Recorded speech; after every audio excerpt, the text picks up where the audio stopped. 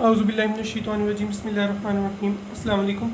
इस लेक्चर में हम जो है वो सिंपल लिपिड्स को डिस्कस करेंगे। पिछले लेक्चर में हमने जो है वो क्लासिफिकेशन का ओवरव्यू लिया था लिपिड्स की, और लिपिड्स को डिस्कस करते हुए लिपिड्स क्या होते हैं आपने यहाँ देखना। लिपिड्स जो है ये डाइवर्स टॉपिक है, ठीक है। इसके जो टॉपिक्स वगैरह हैं ये डिफरेंट बुक्स हम करेंगे, और मैं जो है इसका जो बुक का जो टॉपिक है कौन सी बुक से करना है ये जो है डिस्क्रिप्शन में आपको दे दूँगा, तो आप वहाँ से देख सकते हैं, ठीक है। सिंपल लिपिड्स को हम स्टार्ट करते हैं। सिंपल लिपिड्स जो है आपने याद रखने दो किस्म के थे। एक थे आपके पास वैक्सेस, एक थे फैट्स और ऑयल्स। फैट्स और ऑयल्स हैं जो हम इसको ट्राई एसाइल ग्लिसरॉल कह देते हैं, ठीक है। टैग्स कह सकते हैं, तो आप इनका दूसरा नाम टैग्स भी ले सकते हैं, टैग्स, ठीक है। सिंपल लिपिड्स हमने कहा था क्या होता है कि फैटी एसिड प्लस अल्कोहल, ये हैं fatty acid simple lipids. Waxes में हमने कहा था कि fatty acids plus alcohol other than glycerol, ठीक है। और जो ट्राइसाइल ग्लिसरॉल है इसमें आपने याद रखना है फैटी एसिड प्लस ग्लिसरॉल। ये जो अदर अल्कोहल है इसमें सिटाइल अल्कोहल ज़्यादा कॉमन है, ठीक है। अब हम सबसे पहले देख लेते हैं वैक्सेस को। वैक्सेस में आपने जो चीज़ें याद रखनी है वो ये है कि दो किस्म के होते हैं, एक होते हैं ट्रू और एक होते हैं नॉन ट्रू। ट्रू होते हैं और एक होते हैं नॉन ट्रू। तो सबसे पहले हम देखते हैं ट्रू वाले।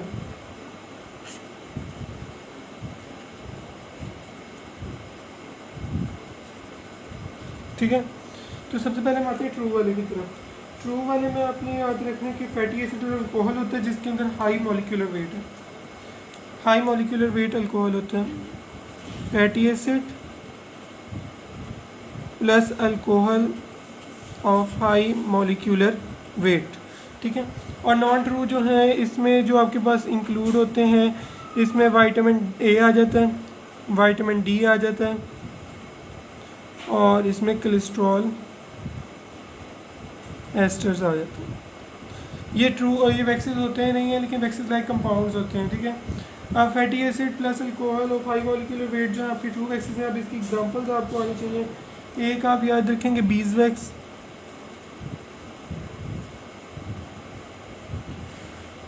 लेनोलिन। लेनोलिन वूल से ऑब्टेन होती है, और जो बीजवैक्स है वो बीज से ऑब्टेन होती है।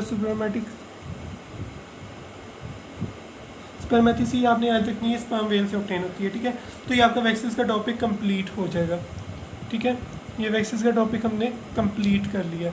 अब हम डिस्कस करते हैं टैग्स को, ठीक है। टैग्स पे आते हैं। टैग्स को सबसे पहले हम उसकी जो है वो देखते हैं कि प्रॉपर्टीज़ कौन कौन सी हैं, ठीक है। सबसे पहले हम देख लेते हैं इसकी प्रॉपर्टीज़। एक आपने प्रॉपर्टी याद रखनी है टैग्स की कि ये जो है वो इनसोल्यूबल है वाटर के अंदर, ठीक है। उसके अलावा आपने याद रखना है नॉन पोलर है। उसके अलावा आपने याद रखना है ये न्यूट्रल फैट्स हैं बिकॉज इनके ऊपर कोई चार्ज नहीं है, ठीक हो गया। उसके बाद जो आपको इसके यूजेस पता होने चाहिए। यूजेस में सबसे पहला यूज़ आपके पास आ जाता है source of energy, stored fuel के तौर पे एक्ट करता है, मतलब स्टोर हो सकती है फॉर्म, स्टोर्ड फ्यूल है। उसके अलावा थर्मल आइसोलेशन में इसका रोल है, इंसोलेशन, थर्मल इंसोलेशन। उसके बाद आपने याद रखना है ये ग्लोब्यूल्स की फॉर्म में एडिपोसाइट्स के अंदर स्टोर होता है, और ये जो है वो आपने याद रखना है कि जो ट्राइग्लिसराइड ग्लिसरॉल है ये मेम्ब्रेन कंपोनेंट नहीं है, ठीक हो गया। तो ये चार हमने यहाँ इसके देख लिए फंक्शन। अब हम डिस्कस करते हैं ट्राइसाइल ग्लिसरॉल के स्ट्रक्चर में अब आ जाते हैं। तो आपने याद रखना मोनो भी हो सकते हैं, डाई भी हो सकते हैं, और ट्राइसाइल ग्लिसरॉल भी हो सकते हैं। मोनो होंगे तो उनमें एक फैटी एसिड होगा, डाई होंगे तो उनमें दो फैटी एसिड होंगे, और ट्राई होंगे तो उनमें 3 फैटी एसिड्स होंगे। तो ये स्ट्रक्चर भी हमने इस पर डिस्कस कर लिया। अब हम देख लेते हैं दो किस्म के फैटी टैग्स होते हैं, एक होते हैं सिंपल, एक होते हैं मिक्स। सिंपल वाले जो हैं वो एक तरह के फैटी एसिड से मिलके बने होंगे, वन फैटी एसिड और ये डिफरेंट फैटी एसिड से मिलकर बने होंगे। अब इसकी एग्जांपल्स ले लेते हैं। सिंपल फैटी एसिड की ट्राइस्टीरिन ले लें आप एग्जांपल, ट्राइस्टीरिन। और जो आपके पास दूसरे वाले हैं उनकी आप एग्जांपल ले लें कि 1,3 पाल्मिटॉइल 2 लिनोलाइल ग्लिसरॉल। ये आपकी एग्जांपल अगर आप याद रखना चाहें तो रख लें, ठीक है।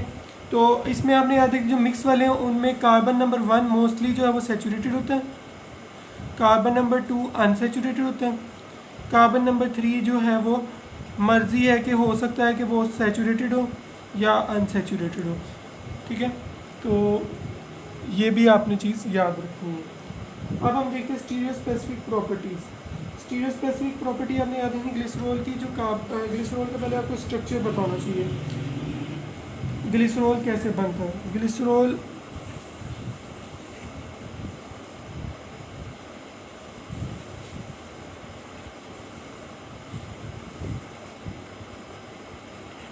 अब देखिए कार्बन नंबर 1 और कार्बन नंबर 3 जो लग रहा है आपको ये सेम लग रहा है, लेकिन जब आप इसको 3D पैटर्न में देखेंगे तो ये सेम नहीं है, ठीक है।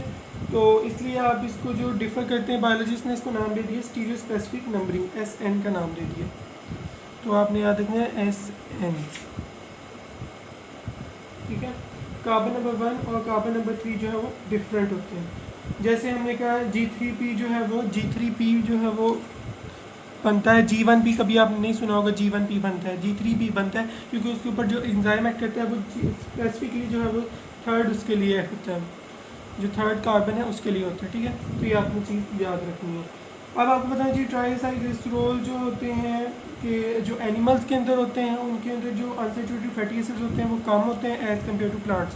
तो प्लांट्स के जो ट्राइसाइक्लिसरॉल्स हैं, TAGs of plants are more powerful और more containing high content of fatty acids than animals, ठीक हो गया। अब हम रिएक्शंस देखते हैं ट्राइसाइक्लिसरॉल्स की। ओके, अब हम रिएक्शंस ऑफ ट्राइसाइक्लिसरॉल्स देखते हैं जिनको आप टैग्स भी कहते हैं। सबसे पहला रिएक्शन होता है इनका हाइड्रोलिसिस।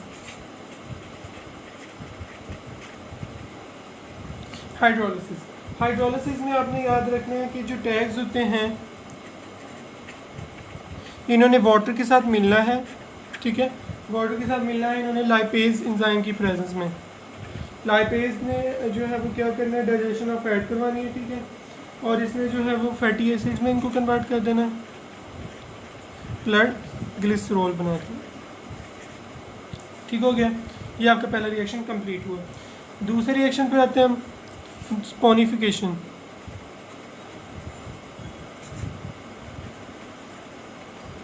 स्पोनिफिकेशन आपने याद रखना है कि इसमें क्या होता है कि ट्राइसाइक्लिसरॉल ने अल्कली के साथ रिएक्ट करना है। जो टैग्स हैं इन्होंने सपोज NaOH के साथ रिएक्ट किया 3 मॉलिक्यूल्स के साथ, और इन्होंने क्या बनाना है आपके पास ग्लिसरॉल प्लस इन्होंने जो है वो सोप बनाना है। अब सोप्स तो आपके बन गए। अब यहाँ से एक सवाल अराइज होता है कि सोप्स और डिटर्जेंट का क्या फ़र्क है, तो वो हम डिस्कस कर लेते हैं। सोप्स आपने याद रखने के सोडियम सॉल्ट्स हैं, ठीक है, सोडियम सॉल्ट्स, और ये हार्ड वाटर के अंदर अपने प्रेसिपिटेट्स बनाते हैं, ठीक है। उसके अलावा आपने याद रखने के चीप होते हैं और बैक्टीरियल एंजाइम को ये ब्रेक कर देते हैं इजीली, मतलब ये बायोडिग्रेडेबल होते हैं, बायोडिग्रेडेबल, लेकिन इनका एक्शन जो है इतना स्ट्रॉन्ग नहीं है, ठीक है। ये 5 पॉइंट्स आप याद रखें। उसके अलावा जो डिटर्जेंट्स हैं उनका आपने याद रखना है ये सल्फोनिक एसिड के होते हैं, ठीक है। बेंजीन सॉल्ट और सल्फोनिक एसिड जो होते हैं इनके होते हैं सल्फोनिक एसिड। उसके अलावा आपने याद रखना है कि प्रेसिपिटेट हार्ड वाटर के अंदर नहीं बनाते हैं, सुकम वगैरह नहीं बनाते, चीप नहीं होते, ये ज़रा महंगे होते हैं, ठीक है, प्राइस इनकी हाई होती है, बायोडिग्रेडेबल नहीं है ये लोग, ठीक है, और इनका एक्शन बहुत ही फास्ट है, ये बहुत इजीली ब्रेक कर देते हैं, ठीक है। और जो आपके सोप हैं ये इतनी बीमारियां कॉज नहीं करते, लेकिन ये जो है वो बीमारियाँ कॉज करते हैं। तो ये आपके डिटर्जेंट्स और सोप के दरमियान डिफरेंस जो है ये भी कंप्लीट हो गया। ओके, अब हम डिस्कस कर लेते हैं अपना रेंसिडिटी के टॉपिक को। हम जो है वो एक अलग लेक्चर में देखेंगे और एंटीऑक्सीडेंट भी एक अलग लेक्चर में देखेंगे, ठीक है। अब हम डिस्कस करते हैं जी जो टेस्ट आप करते हैं फैट्स और ऑयल को डिटरमाइन करने के लिए। फैट्स और ऑयल को डिटरमाइन करने के लिए टेस्ट हैं, ये आपने याद रखना है। सबसे पहला टेस्ट है आपके पास आयोडीन टेस्ट, मतलब कि आयोडीन नंबर क्या होता है। याद रखिएगा कि अगर 100 ग्राम ऑफ फैट है, 100 ग्राम ऑफ फैट और ऑयल है, उसमें ग्राम में ही आएगा आपके पास, मतलब कि इससे छोटी वैल्यू जो है आपकी आप डिटरमाइन कर रहे होंगे, ठीक है। Number of grams of iodine, जैसे देखिए number of grams of iodine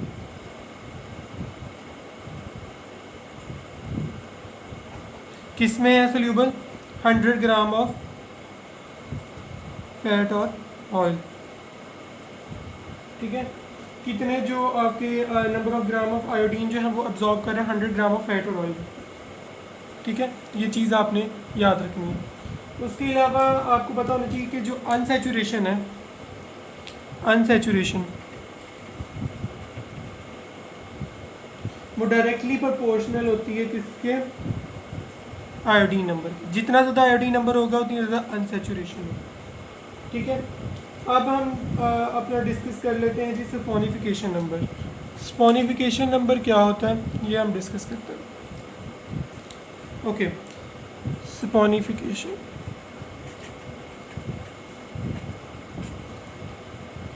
आप number of grams milligrams of KOH, milligrams of KOH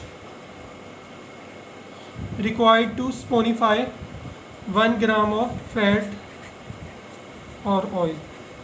अब ये स्पॉनिफिकेशन का क्या रोल है, इसमें जो है वो molecular size of fatty acids को डिटरमाइन करना, molecular size of fatty acid. और एक आपने ये चीज़ याद रखनी है कि जो आपके फैटी एसिड्स होते हैं, चेन, उनकी जो चेन है, जितनी ज़्यादा लंबी चेन होगी उतना कम उसका स्पॉनिफिकेशन नंबर होगा। जिसकी चेन छोटी होगी उसका स्पॉनिफिकेशन नंबर ज़्यादा होगा। ये भी पॉइंट आपने याद रखना है। अब हम देखते हैं RM नंबर। ओके, अब हम देखते हैं RM नंबर। RM नंबर आपने याद रखना है कि KOH के कितने ml जो है आप ऐड करें, ठीक है। वो जो 5 ग्राम ऑफ फैट है उसमें से जितने भी वोलेटाइल फैटी एसिड्स होंगे उनको न्यूट्रलाइज करने के लिए जो है आप कितने ml ऑफ KOH डालेंगे, इसको आप RM नंबर कहते हैं, ठीक है। 5 ग्राम फैट में से जितने उसके वोलेटाइल फैटी एसिड्स होंगे उसको क्या करने के लिए आप न्यूट्रलाइज करने के लिए जो है कितने KOH के जो अमाउंट डालेंगे उसको आप RM नंबर कहते हैं। RM नंबर जो है वो प्योरिटी ऑफ बटर देता है। और आपने याद रखनी है कि RM नंबर जो है वो बटर का कितना है, 25 से 30 के दरमियान है, ठीक है। ये भी आपका कंप्लीट हुआ।